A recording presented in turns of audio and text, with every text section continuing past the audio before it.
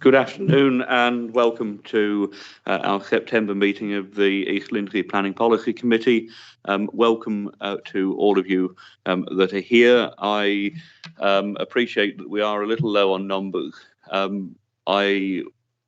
As I mentioned a few moments ago, this may be on account of one or two people thinking that we're starting at 1:15, but I'm happy to press on with the preliminaries, and hopefully we will have a couple of extra people join us.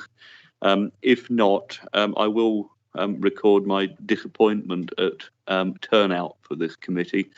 I appreciate we are now we're back to meeting in person, actually like we always did. It might be a bit more of a challenge for people to be able to attend, but people did manage to attend before COVID, and appreciating that once we have a relatively light agenda today, we are soon going to be dealing with some pretty serious stuff with this committee, shaping the fundamentals of the revised local plan.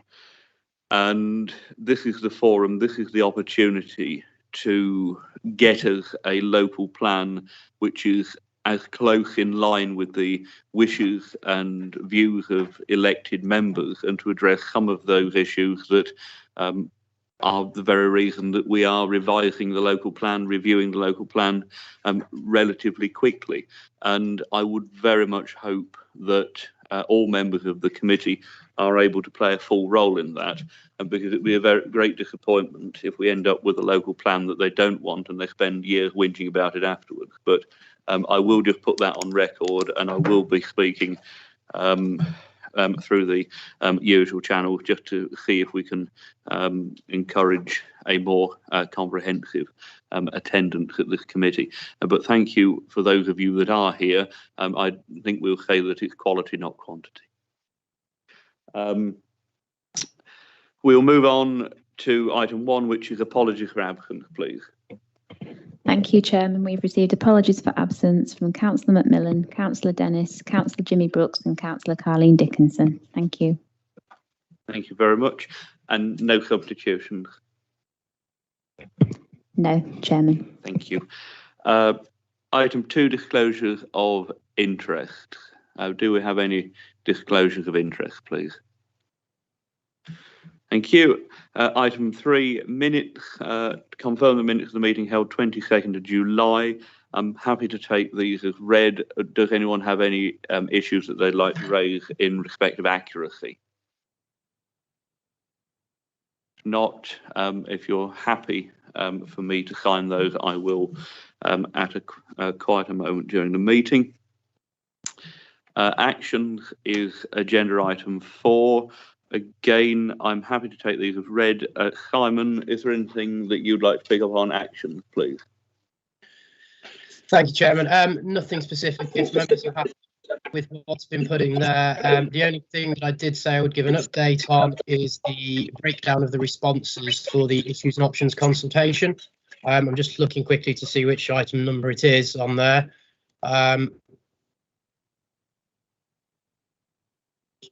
Yeah, item number 15. Yeah, issues and options. I'm not sure what number you've got it down as. It's down as item number 15 on mine.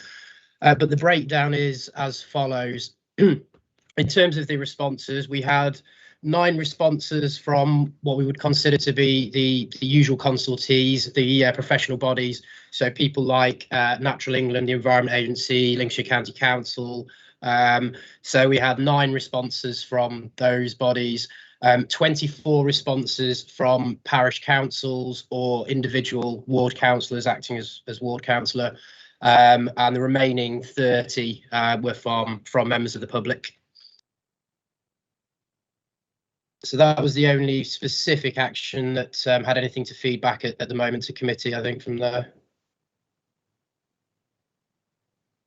Thank you, Simon. And I would just point out at point 21, you'll note there that the letter which was requested to be sent to local members of Parliament regarding caravan sites and control of development, etc. that we have sent that. So that, I know that was something that members were keen to see happen. Does anyone have anything else that they wish to raise under action? Thank you. Moving on to item 5, and we have the Skegness Neighbourhood Development Plan consultation and the comment report. This is on page 11 of our papers, and if I'm right in thinking it was going to be Alex, but it's now going to be Simon, please. Yes, thank you, Chairman. Unfortunately, Alex can't make it. He does send his apologies, but I'm going to go through it. The report itself isn't particularly long, as you'll see. The Skegness Neighbourhood Development Plan, they first instigated it in 2016, so that was when the actual area for the plan was designated, covering Skegness. They have worked, we did have some involvement initially back in 2016, but they have actually employed third-party consultants to carry out the bulk of the work. So they've been working on it in the background for a number of years, pulling together all the evidence. And I've got to the point now where they have a final draft of the plan. Now, the draft came to us, as it says there, in July, asking for our comments. We had seen some earlier iterations and fed back some comments, but this was the first time we had sort of a formal final draft plan to feed back on. Now, as you'll see from the actual neighbourhood plan itself, it is a very weighty and comprehensive suite of policies, covering all sorts of different areas of policy. We have put together comments. It did take a little bit of time, unfortunately, because they wanted to press on with the Regulation 14 consultation, which is the formal consultation with the general public. We didn't have, when we submitted the comments, they didn't have time to look at those comments and take those comments into account. So what they wanted to do was push forwards and actually get the Regulation 14 consultation carried out as they had already planned. Now, our preference and our suggestion would be to actually postpone that slightly and try and work with the comments that we've made and make sure the actual final draft that goes out to public consultation is as close as it can be the final draft. But unfortunately, we are where we are with that. What they requested was that as part of the actual formal consultation, the council submitted our comments. So it is a formal submission of comments on the content of the policy, as opposed to an informal working with them beforehand. Procedurally, there's nothing wrong with that. That's perfectly acceptable. But as part of the process, just to make sure policy committee had been involved, because it is sort of formal comments on behalf of the council, wanted to bring the comments to policy committee so that members could have sight of them and were aware of what was, firstly, aware of the neighbourhood plan, because it is actually a good example of a neighbourhood plan. It does show you what can be produced and how they've worked with third parties, but also some members were aware of the comments that we were actually submitting formally on behalf of the council as well. I won't go through all of the comments, excuse me, in detail, because there are quite a few of them on there. What I will say is that the comments, we don't feel that there's anything that's unworkable. That there's sort of tweaks to be made. There are some changes to be made to try and bring the neighbourhood plan more in line with the local plan, because one of the requirements is that the neighbourhood plan must be consistent with the aims of the local plan. So there's some comments in there about things like the marketing when they're trying to advertise properties to see if there are any alternative uses. There's some inconsistencies there. There's things to do with some of the parking standards requiring all properties to have parking spaces, and yet you can quite easily have units that have no curtilage whatsoever, in the town centre, and there's no ability to provide them. So it's just making sure that the policies actually do have the flexibility required to cover all circumstances that may occur, and to make sure that the actual overall plan is consistent with the local plan. The next stage, really, after the public consultation, will be to make the changes necessary, and then the next stage after that will be to submit it to the inspector excuse me, for the equivalent to a local plan. It's an examination in public, although it's usually done by written representations for neighbourhood plans. I will just say that the neighbourhood planning process is owned effectively by the neighbourhood body, so in this case Skegness Town Council. The district council has a duty to help and assist where it can, but we don't have any control over effectively what they produce at the end. We can only advise them as to whether we think it is appropriate, whether we think it will be found sound at examination. Obviously, it's in their interests to sort of listen to the advice we give them. because the officers at the council have experience of taking these neighbourhood plans through examination, but it is down to them. So whilst we will submit these comments to them, it doesn't mean that they will automatically take them on board and automatically change the neighbourhood plan as a result. That's about all I've got to say on that, Chairman, but happy to answer any questions. Thank you. Thank you. I'd start by genuinely welcoming Skegness Town Council's efforts this far. I think we've talked in committee beforehand that this appears to be a really positive way of taking forward a neighbourhood plan, given some of the communities that have already been through this process have found it to be incredibly onerous on a small and sometimes dwindling group of people taking through the process, and that actually there is an alternative, which is effectively to commission outside assistance to do much of that legwork. And it obviously the reaction is to almost to an extent. We thought that Skegness weren't progressing this until all of a sudden they came forward with what they had been busy with. Interesting comments and interesting points. Hopeful, and I'm also a little bit disappointed that there are no Skegness area members present this afternoon. Because I think it's a fundamental point of cart and horse in the right order, that time is taken just to take on board some of the observations that are being made and to factor them in before it comes hard and fast against an inspector, a public examination. But I'm happy to take thoughts and comments. Councillor Howard, please. Yes, thank you very much, Chair, for stealing my comment right from under my nose. I was going to comment on the absence of Skegness members, and it would have been very nice to have heard maybe a counter argument to what the officers' points has raised, or at least to see how they came to be a difference of opinion over how they're done. And we just haven't got that opportunity, and it is a shame, as you say, Chair. Thank you. Thank you. Has anyone else got anything that they'd like to raise? Councillor McNally? Thank you, Chairman. The on page, well, 23 or 41, redevelopment of employment sites. He says on there, the land or building in question has not been in active employment use and has been marketed for a continuous period of at least 6 months, but we are. I'm right in saying that we already have a policy on the employment land where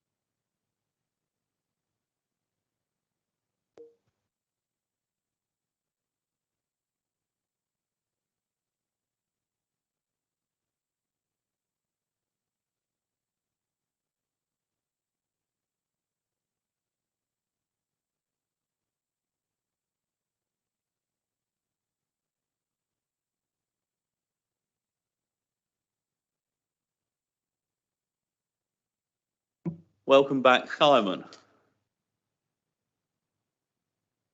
Thank you.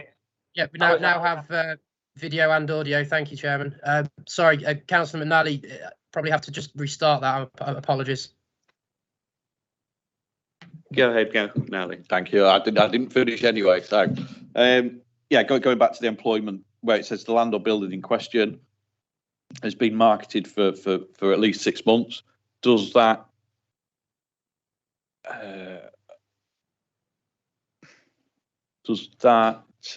mean a market value, or can you put any sort of value on it? Because you could put 3 million and it not sell.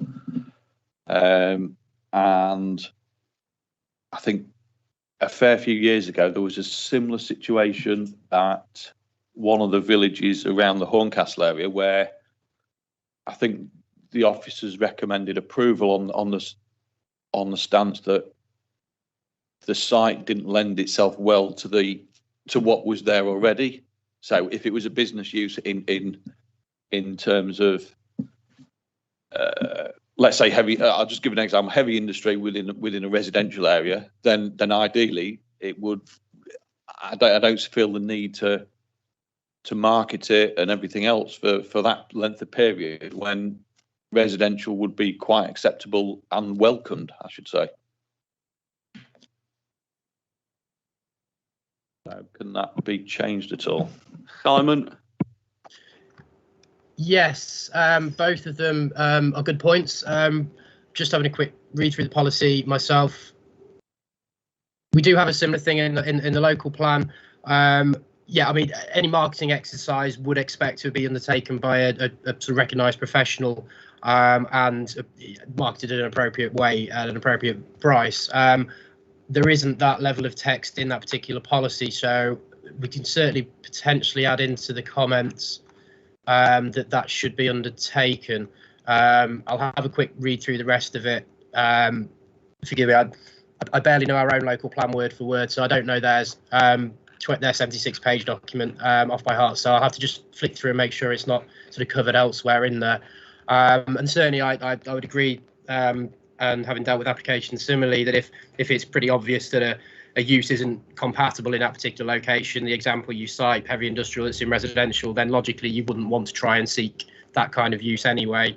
I mean, the same principles apply to a neighbourhood plan as they do to a local plan. The document should be read as a whole, and it's a starting point for making decisions. It's never going to cover every eventuality, and there will be some interpretation by planning committee and by officers to look at what is actually the appropriate application and interpretation of those policies when they're applying it to a particular application. But that's not to say that the policy wording itself couldn't just be tightened up slightly, just to clarify what is expected in terms of marketing. Excuse me, and they can potentially have a look at the alternative use, you know, if that use isn't actually appropriate. I personally think that's a very good point, and it's something that I would look to potentially just make sure our own East Lindsey local plan is clear that the actual existing use on a site might not be automatically the most appropriate use for that site when you were looking at marketing. But yeah, I'll make notes on that. Thank you, Councillor. I think this is a good example of where it would be really helpful if the comments that are being made are taken on board as a priority rather than just in the round with every other consultation, effectively just as a consultee, because at the end of the day the local plan does fit with us and there is a requirement for a neighbourhood plan to fit within that, and this may even just be an oversight that the neighbourhood plan here is seeking or is stating at least 6 months marketing period, and what we ask for generally is 12. That they're saying at least 6 months, to my mind, suggests that they're not necessarily trying to reduce that period. They may be doing it, however, inadvertently, and it'd be useful. I mean, I agree with the comment that we're making that having 2 different marketing minimum periods is cause for confusion, and if stuff like this can be tidied up before they're arguing it in front of an inspector, it will help them I hope hugely. Councillor McNally. Thank you, Chair. Sorry. So I'm just on page 68, but I just better declare that because it's on about the household waste recycle centre. I'm the sort of exec councillor for waste at Lincolnshire County Council, but again, I mean, this goes back to what I said previously, where Alex's comments would all business uses be suitable on this site? Well, it is right next to a housing estate on all sides, so I do question some of these sort of bits.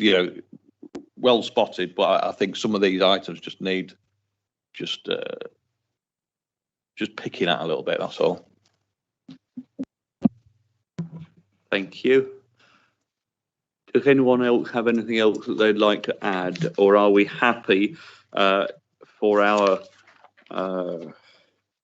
comments as to be submitted as part of the Regulation 14 consultation as set out in the appendix? Are we happy for that to happen? Councillor Smith. I'm not quite sure if there's something we can do on page 26 of the plan, page 46 in our documents.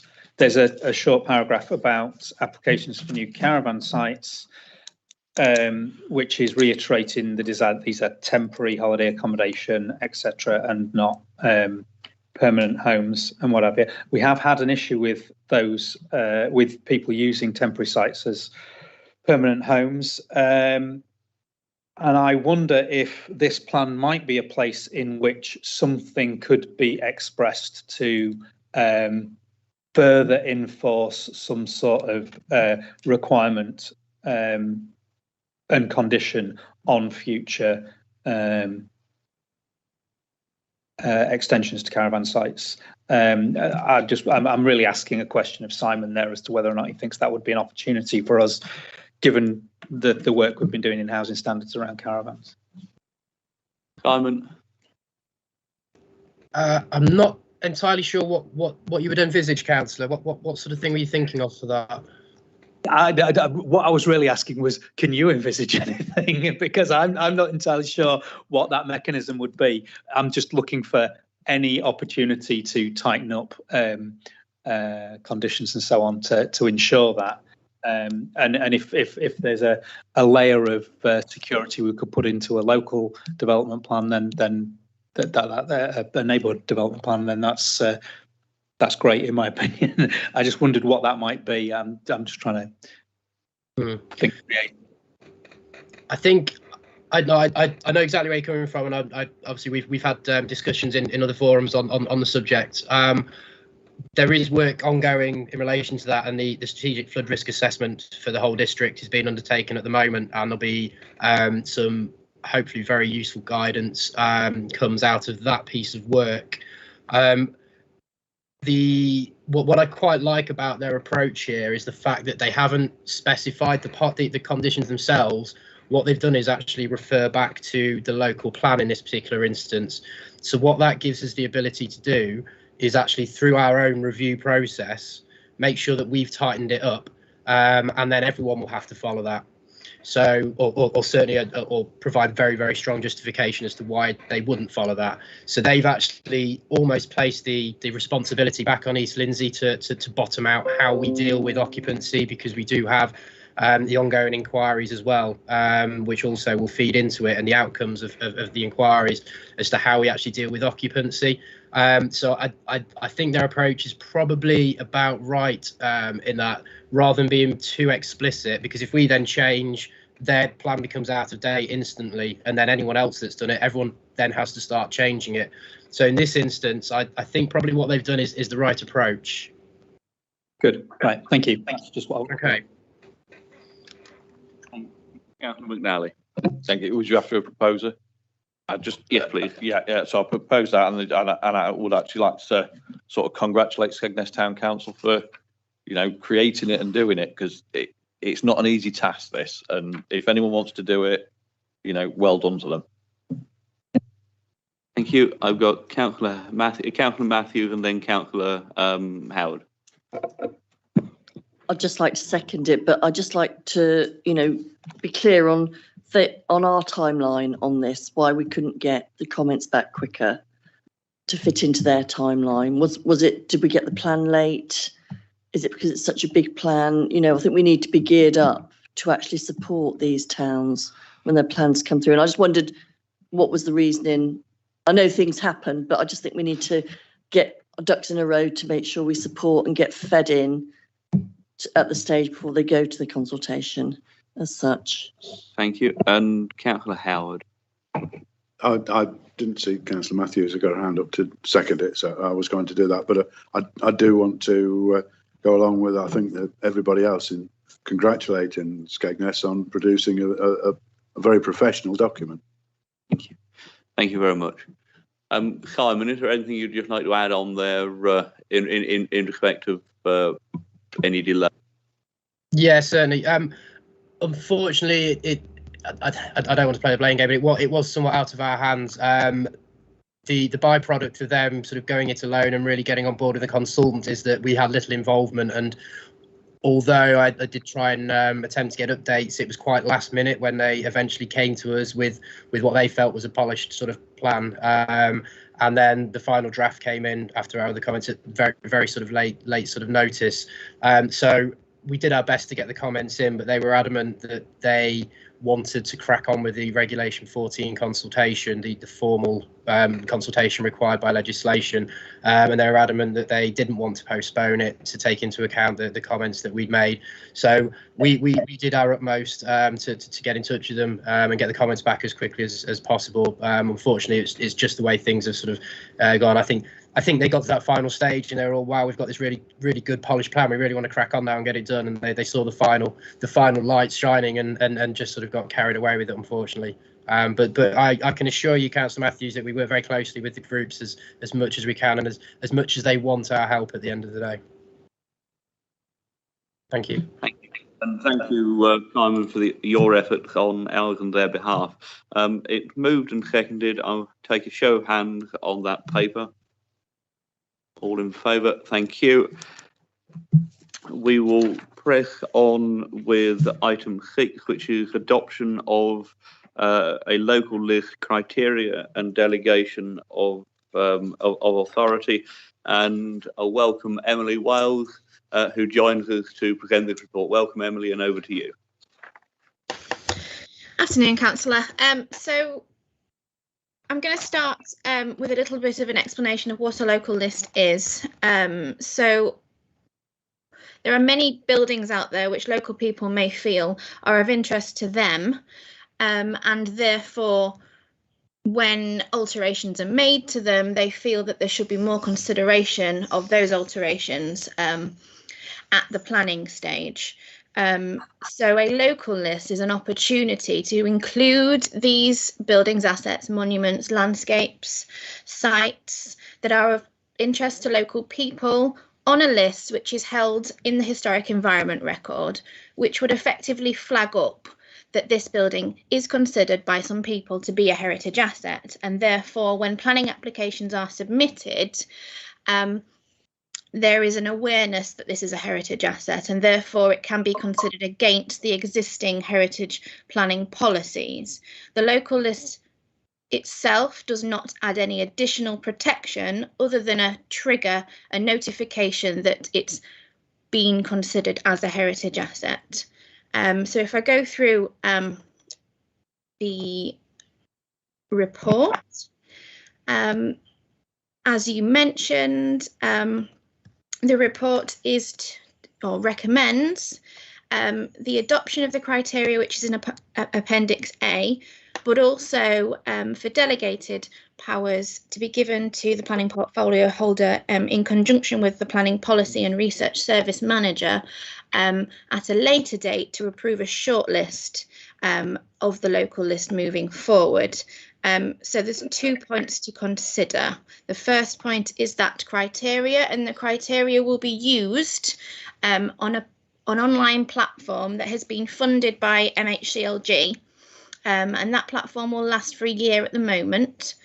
and it is available for all 9 authorities in Lincolnshire to use. And effectively, if we adopt this criterion now, we will make the most of the funding that's available by allowing local people to use the criteria to help them identify the buildings which might be eligible to become local list assets.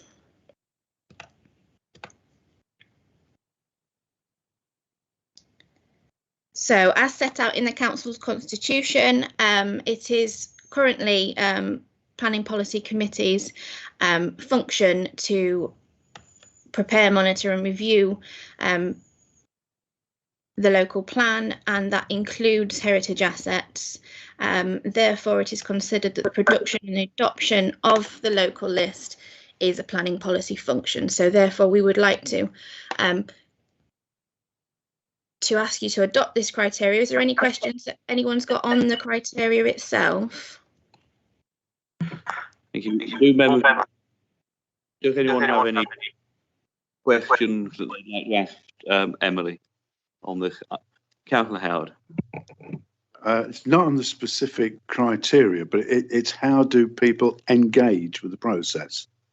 Because I've not seen the platform. So, you know, is it open to members of the public to nominate building structures or whatever they think direct on this platform, or do they have to engage with the planning authority? Just how does the system work? Yeah, Please? Yeah, that's fine. I'm happy to explain that. So effectively, the current process without this funding is that local authorities, if they find time, can create a local list themselves, go out to consultation and then adopt it formally. What this process does, the £70,000 has been used to employ an officer. That officer is at Heritage Lincolnshire rather than at any of the 9 authorities, so that they are not biased towards either of them. And also to create a platform which will be publicly accessible, and I can say is now live. It wasn't at time of writing this report, but it is now available, so effectively, this officer is doing the engagement, is outreaching to all communities, all local parish councils, existing heritage community groups, also officers. So basically, it's the officer's position to engage with the local communities, but then those local communities can use the platform, which is online, but is also available offline, so that people can submit nominations in hard copy on paper, and also ring Felix, who is the officer at Heritage Lincolnshire, to nominate a building. So it's trying to be as accessible as possible. And when you log on to that platform, the criteria which is in Appendix A is effectively a performer which you will fill in person. So the first one, for example, is age. So you would estimate the age of that property. The second one would be theme. So you might decide, oh, it's a windmill. So all of those additional information, the more information that the public can inform on this form will be used to directly assimilate that data onto the historic environment record. It will be a later date which the historic environment record and local people will be used to consult on that list to check whether we feel that it's of a quality which would reach the local list status. But at this stage, the criteria is used to help and support local people to nominate. And yes, Councillor, it is publicly accessible. I can share that with everyone now, and I will do that on the members. So every Friday you will get a members briefing. So I will make sure that that link goes out on Friday. Chair, can I, the officer, I was worried about the word getting out there so that people would engage, but I'm reassured from what she's told me. Thank you. Thank you, Councillor Howard. Councillor McNally. Thank you, Chairman. So if someone was to put something on the local list, reading the paper, it's different to the listed building, and it says that it's got no weight in planning terms. So if somebody does want to alter something, how do you know, if it's got no weight in planning terms, what's it for? Councillor, yeah, sorry, it's not that it doesn't have a weight in planning terms, it's that it doesn't add any additional restrictions. So if planning permission is already required, then we can deal with it through the planning process. But if planning permission isn't required, it still isn't required. If I can just come in there, what I think we're saying is that this is giving cause and effect to section 3 of SP 11, where we have set out that we will support proposals, etc., that are compatible with designated heritage assets as well as non-designated heritage assets. So whilst it doesn't change whether or not something requires planning permission, if it does require planning permission, it would be a material consideration if it appears on this list. Yes, that's correct, Councillor.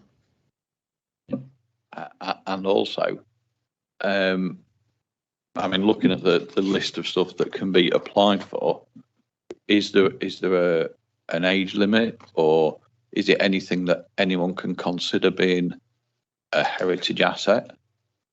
Because I could see it, you know, being cynical, I could see a few problems being occurred by some bad neighbours, shall we say?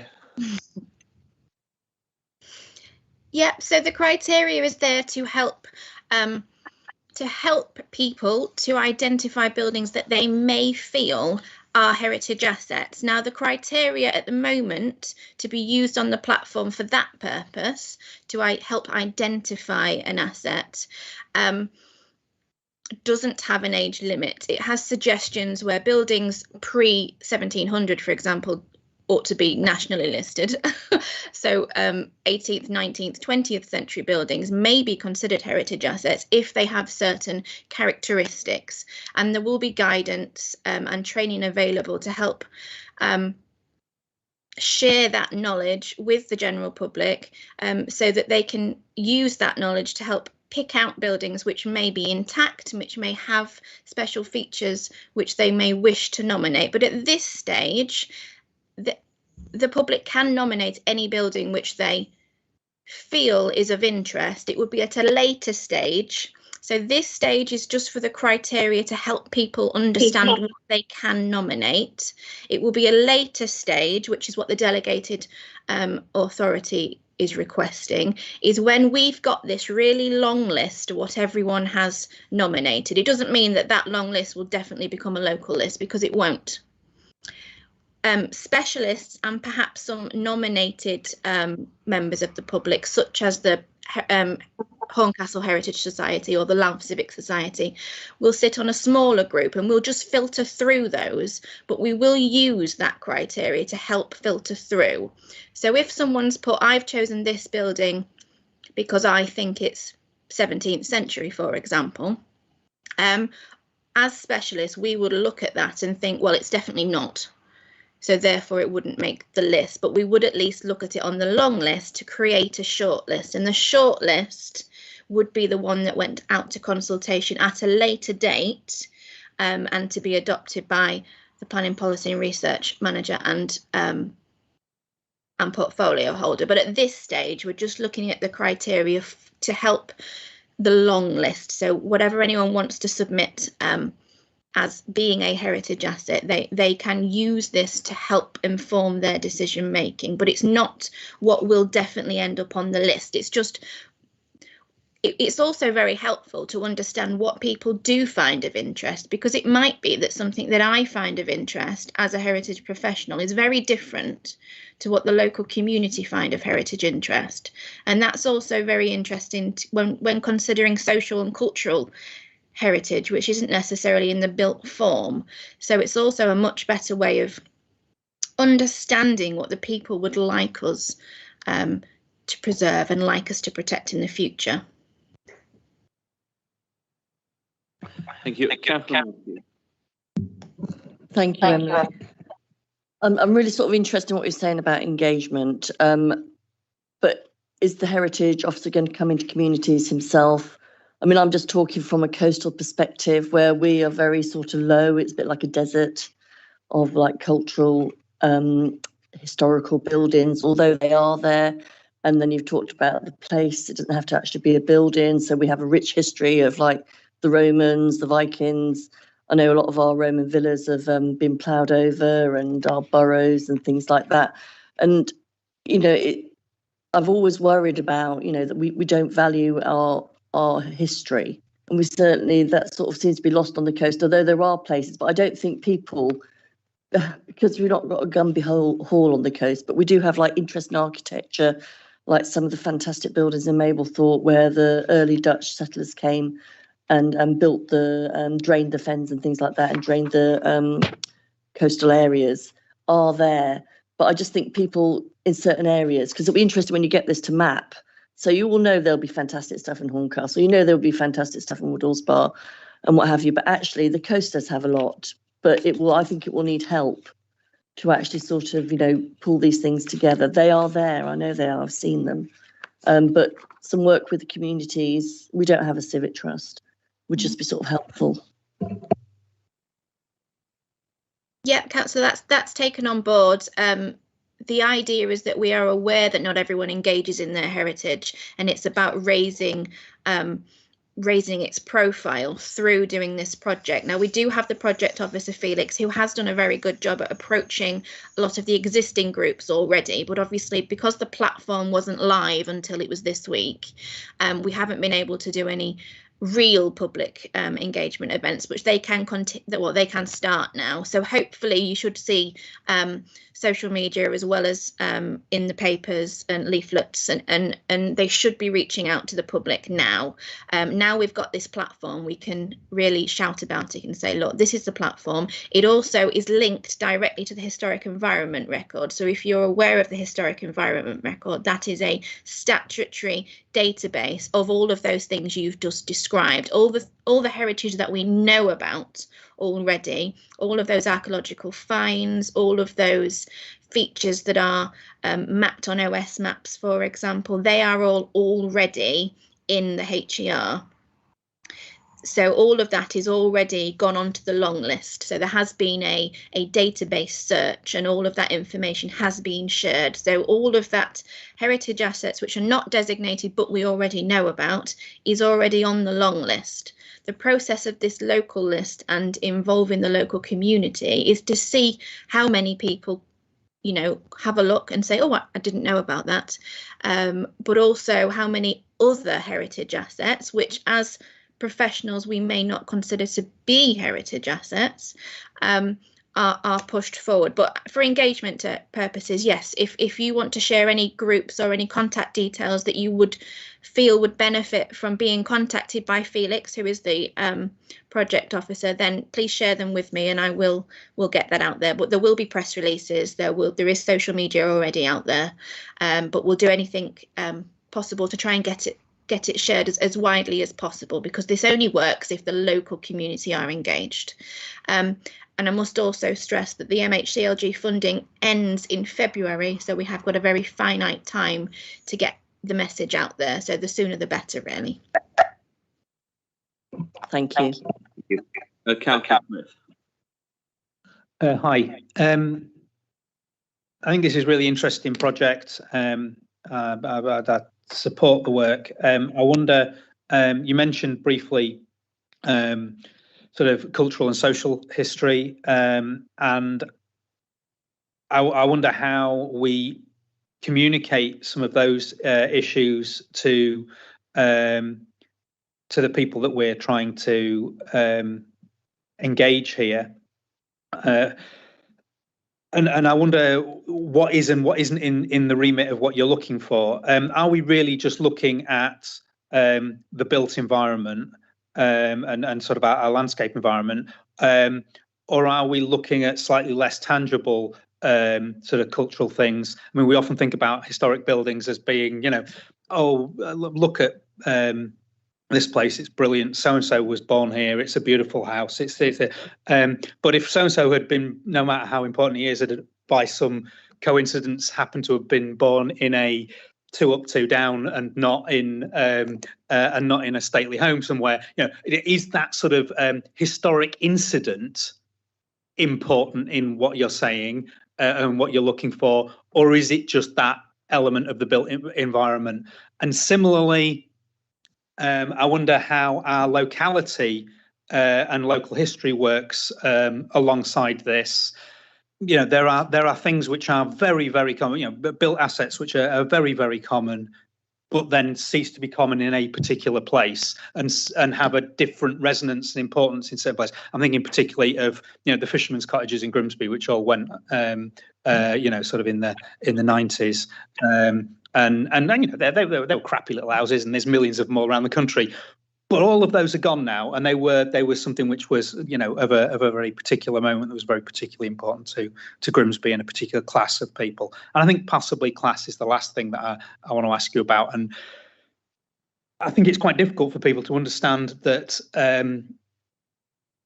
that their history is as important as the history of people who seem to be the greaters and betters, and how we really tease out those sorts of assets and interests.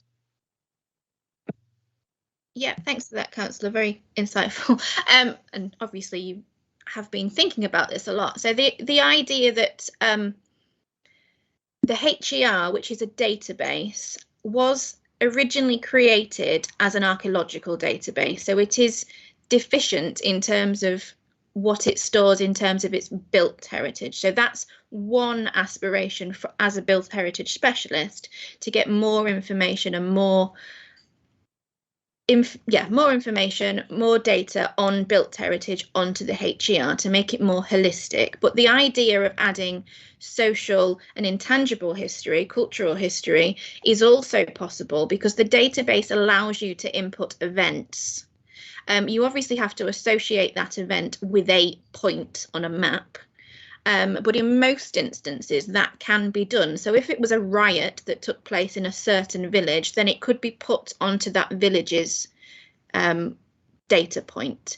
Equally, if it was a house, it doesn't matter if it was a stately home or a tiny fisherman's cottage, as mentioned, even if it's been demolished, that can be put onto the HER. It may not necessarily make it in terms of onto the local list, because the local list is for more tangible heritage, but it will be all just as useful on that HER as part of the planning process. The NPPF currently says, as a minimum requirement, if you're dealing with a heritage asset, you should consult the HER. When you do a search on the HER, it would then come up with all of the information, tangible, intangible, monuments, events, archaeological finds. When you do your HER search, it would come up with the full extent of information. It's obviously up to you which of that information you use when you're considering the development of the site, whether you therefore it triggers the need to write a heritage assessment, or whether it was just useful to you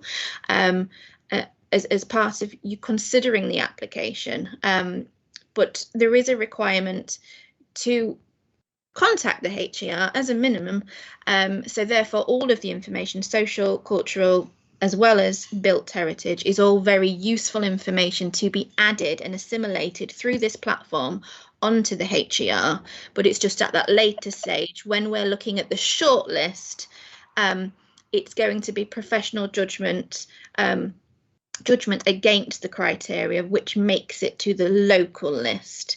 But I will, as a local list ambassador, I wrote my master's dissertation on local lists, and the fact that it's not necessarily the buildings and protecting the buildings which makes a local list important. It's that greater appreciation, greater knowledge and understanding that might change someone's opinion on what they were going to do, which has much greater impact on planning. Because if you don't require planning permission, but you didn't know that something was of interest, you wouldn't consider doing it in a different way. But if you've had a look and you've had the opportunity, you're aware that someone else feels that this is a heritage asset, it might just change your opinion and you might make a better, more informed decision. Thank you. I'd add my own, if you could, can you hear me? Yeah, I think it just went down feedback. Yeah, from my own point, just genuinely, thank you for what you've done with this, Emily. This is bringing into effect something that I feel very strongly about. In a sense, it's a shame that MHCLG haven't given us a little bit more powers and to beef this up just that little bit more, because I've always felt that there is a genuine gap after the stuff that's grade 2 listed, that's of such importance that it has that level of listing, that there has always felt to be a whole swathe of buildings beneath that they're not quite important, that they should be protected to the point that you can only repair them with horsehair plaster and the right flex in the mortar and everything else. But you still wouldn't want to see them flattened, and that they're or disturbed or destroyed, and they're going to be important to local people for a whole range of reasons. And it's not just buildings, it's not just stately homes. It is sites of archaeological interest. I remember on the planning committee having debates trying to protect ridge and furrow. I appreciate we've got oodles of it, but if it's the only bit left in a village, then that is all of a sudden slightly more important to that village, perhaps, than a village that has field after field after field. But this is what I think this process will certainly assist with. I was wrong earlier. It's not point 3 on SP11, it's point 2, and the designated and non-designated criteria are listed after it. I was reading it as all part of criteria 3, but it's not.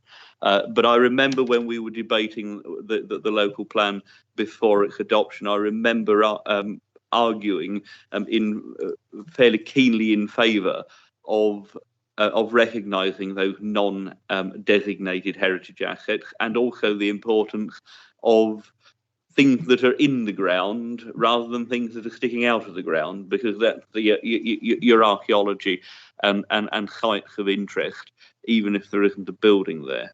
So genuinely overjoyed to see this come forward for the gap that it feels that it plugs. If it's a means of giving weight once the process has been gone through, and I appreciate that what we're doing is setting the criteria, and there will be further processes that need to be gone through before an asset which comes forward makes it onto a list and then gains the sufficient weight in planning terms. And it's absolutely right that that process takes place to check out what's coming forward, to weed out any spurious suggestions that are coming forward, and just to make sure that it's rigorous. But if we're additional weight in the planning process to these to these assets and give that additional protection, then I feel like we are making one of the most significant steps forward in protecting some of these assets that we've been able to do ever since grade 3 was abolished about 40 years ago. So that's my views. I appreciate that the funding is short and time limited. I also appreciate that actually the criteria needs to be the same across all 9 authorities that are involved in this process, because quite simply, if we start twiddling around with it, then it makes it next to impossible to run it as a Lincolnshire thing. And having looked at the criteria, I don't see there's nothing in there that it feels like we've covered all bases sufficiently well. Things that are sticking out of the ground, things that are not sticking out of the ground, and the whole panoply of reasons for why they might be considered as locally significant. And I don't think I can really say any more. I just think it's absolutely wonderful. I'm really pleased that we are finally able to give effect, practical effect, to SP11, because without this process, without, we have talked informally over the last couple of years of how do we do this local list? How do we give effect to non-designated area? In itself, it's a very woolly, without this SP11, certainly criteria 2, certainly the non-designated heritage assets criteria feels to have very little teeth and very little means of applying its weight in the planning process, as I have found out when I've tried to protect barns and things. I won't go on any further. Has anybody else got anything else that they'd like to raise? I'm happy to move from the chair that we accept. Chairman, if I just a couple of quick bits. Emily and yourself have done a fantastic job of introducing it and explaining it, and it's, as you say, it's such a valuable and important exercise, and adding that important layer of evidence to be used when considering applications for SP11. So I won't go over all that again. What I will say, it is I'll use the word disappointing that government have only given limited funding to this project, although obviously gracious, very gratefully, even I'll get the right word out, to actually receive some funding. I think obviously the timescales are quite short in which that funding will last, but hopefully the value of this project will come through in that time, and it may be that we can look at possibilities and other avenues of extending it to make sure that we really do get a fully comprehensive local list, and that the historic environment record for Lincolnshire is fully updated and really comprehensive as well. So potentially at a later date, obviously with the help of Councillor Mannion as our heritage champion, we may look to different avenues of extending the project. The only other thing I just wanted to make sure, I think, Chairman, you were just about to go over the recommendation, but just to completely clarify what we're asking as part of the recommendation. So for members today to agree the actual criteria, but to delegate the actual authority for signing off the shortlist and the actual long list as well, the long list and the short list, and actually adopting the list and any changes, to delegating that responsibility to the chairman and myself. Now, the reason for that is, as you probably sort of can understand, there were going to be a heck of a lot of these sites coming. There may be small changes here and there, lots of to and froing, and it would be a burden on everyone involved if every single one of those came to policy committee each time. So that was the proposal, to delegate that responsibility for the signing off of the lists to the chairman and myself.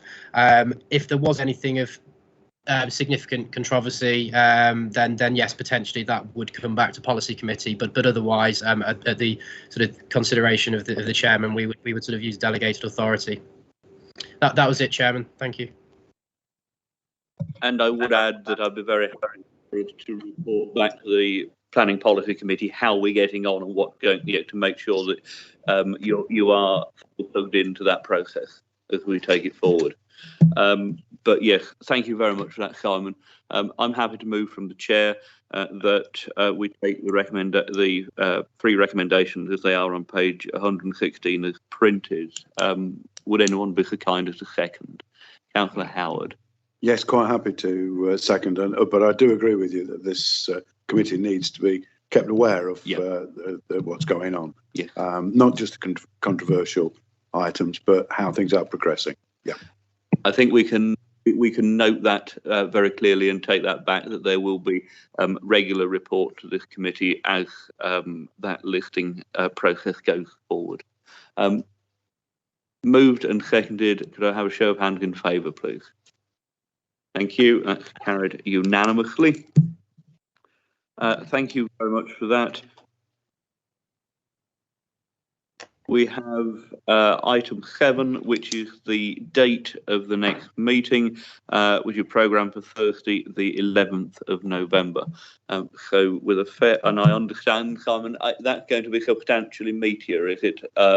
Or is that going to be, I mean, not to disparage the importance of what we've just done, but I'm thinking of in terms of the stuff on local plan settlement proposals and distribution. Is that coming in November? Yes, correct, Chairman. That's the aim, to bring a discussion stroke topic paper for members to actually get stuck into some healthy debate and discussion over how we look at the provision of housing in medium, small villages and out into the countryside, and also looking at other elements of what that involves, such as the conversion of buildings and replacement of dwellings, or where dwellings sort of previously stood. So the aim is to bring a paper, as I say, for members to have a good chew over those particular subjects and hopefully give us a good steer coming out of it. Thank you very much. Just on that one, is it possible that we can have it, like, if it's available, that particular item, like a week before that it'd normally be published, so we can have a look through it and see if we can think about? I'm not sure exactly what the timescales are. Sorry, Chairman, what's the next? I know we pushed this meeting forwards, didn't we? Sorry, pushed it back, so I'm not sure what our timescales are for the next meeting. Perhaps one of the committee admin team can just give me an idea. 5 weeks.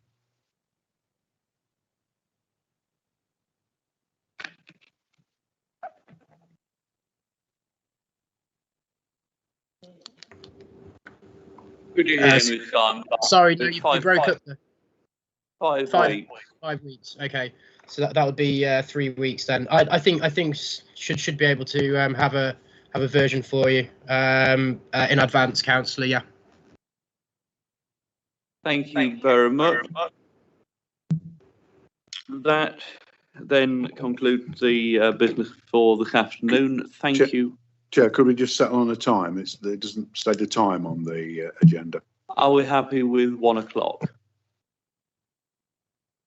So we will run with Thursday the 11th at 1 o'clock. Thank you very much. And I will, as I said earlier, communicate through the usual channels the importance that people are here for it. But once again, thank you very much, each of you, for your contributions this afternoon. It's important business as always. I will declare the meeting closed and wish you a safe journey and the best of the day, whatever you're getting up to.